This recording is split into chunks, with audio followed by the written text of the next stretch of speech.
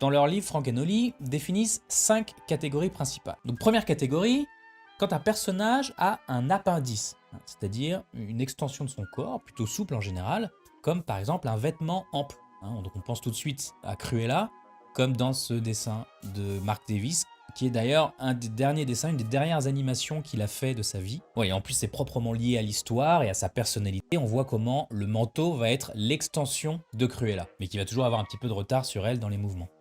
Ça peut être aussi un chapeau à plumes, comme celui d'Astérix, ou l'appendice peut aussi faire partie du corps, comme des cheveux qui tombent par exemple, exemple Obélix, It isn't right. Well, it's not right to...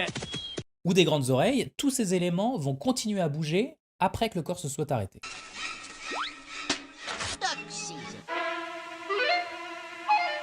Et quand le follow-through est fait d'une façon magistrale, ça devient presque l'élément central de l'animation. Si on reparle de Mark Davis, moi je pense au dessin que j'ai là de Aurore. Eh ben, il y a ce fameux plan où Aurore tourne sur elle-même et l'animation des cheveux est tellement parfaite que ça devient le sujet de l'animation parce que tes yeux ne regardent que ça.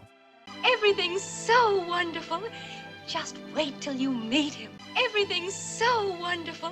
Et c'est parfois ce qui va manquer un petit peu à l'animation stop motion parce que tout ce qui est cheveux, vêtements, tout ça va être beaucoup plus compliqué à animer en stop motion et c'est ce qui va rendre souvent, pas toujours mais souvent, l'animation stop mo un peu plus rigide.